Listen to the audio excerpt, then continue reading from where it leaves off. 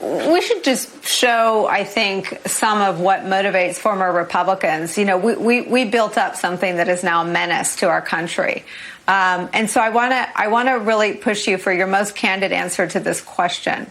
Why do you think, and we both know that probably hundreds of Republicans agree with Liz Cheney, why do you think not one of them has the courage to say it out loud?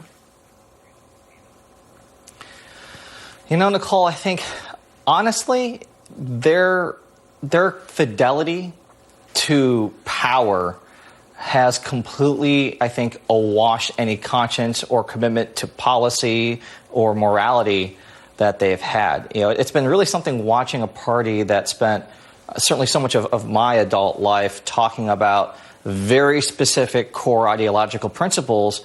And over the last 4 years, we've seen a complete erosion of those principles. We've seen them completely walk away and do the exact opposite of the very things they talked about for the better part of 20 years.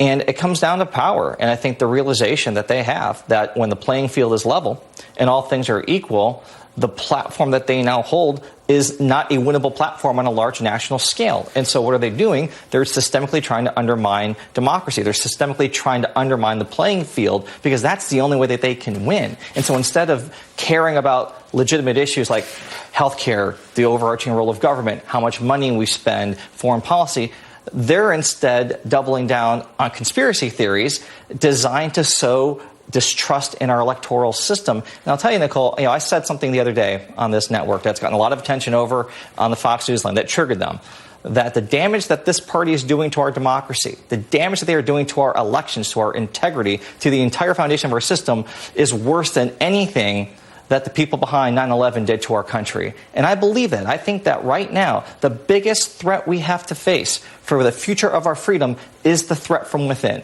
It's this enemy from within built within the Republican Party that is doing everything that they can at every level, local, state, national, to create a system where they are the ones who always win, and anyone else who does, they try to undermine, they try to delegitimize. That's exactly the type of things that when they happen in other parts of the world, we call that terrorism. We call that unstable. We call that crazy. It's happening right here, right now. I would need you to say more, and specifically on this intersection of an ideology that here in our country, national security officials have testified to belief in the big lie undergirding a domestic violent extremism threat in this country. I thought it might be one of these tripwires, the same way I thought talking about belief whole countries or grabbing women to believe. I mean, I've constantly been crushed by the fact that there are no tripwires. There's no bottom for this Republican Party. But I thought maybe the threat of domestic violent extremism being triggered by a belief in the big lie would stop this. What do you make of the fact that it hasn't? You know, in the immediate aftermath of January 6th, we saw a number of Republicans return to that chamber that day and give really stirring, rousing speeches in defense of democracy. They had met that day to certify the electoral results of our election. And it seemed like there was a window there where they could pivot back to some semblance of normalcy when it comes to our democratic norms. But instead, and it's something that you said earlier, they've done the exact opposite.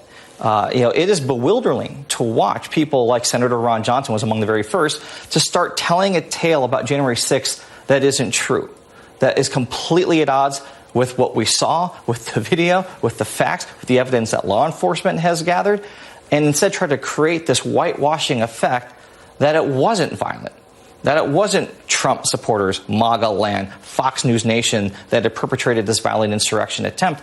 And I'll tell you, the more that you do this, the more that Republicans, when the two political parties in America, and we are a two-party system for better or worse, the more that they do this, the more likely it is that it's going to happen again. And it's going to be worse, and it's going to happen elsewhere. I shudder to think what's going to happen at the end of this Arizona BS count that's going on right now. I shudder to think what's going to happen when we have elections and people can't turn out to vote because of suppression laws. They are setting a dynamic that will ultimately end in violence and bloodshed. And worse all, they know it. It's not like this is hypothetical because it just happened. January 6th wasn't that long ago. It was just 4 or 5 months ago. And already they're treating it like it didn't happen and treating it like it's something that wasn't unprecedented, that wasn't dangerous, and that doesn't set a standard for what will happen in the future.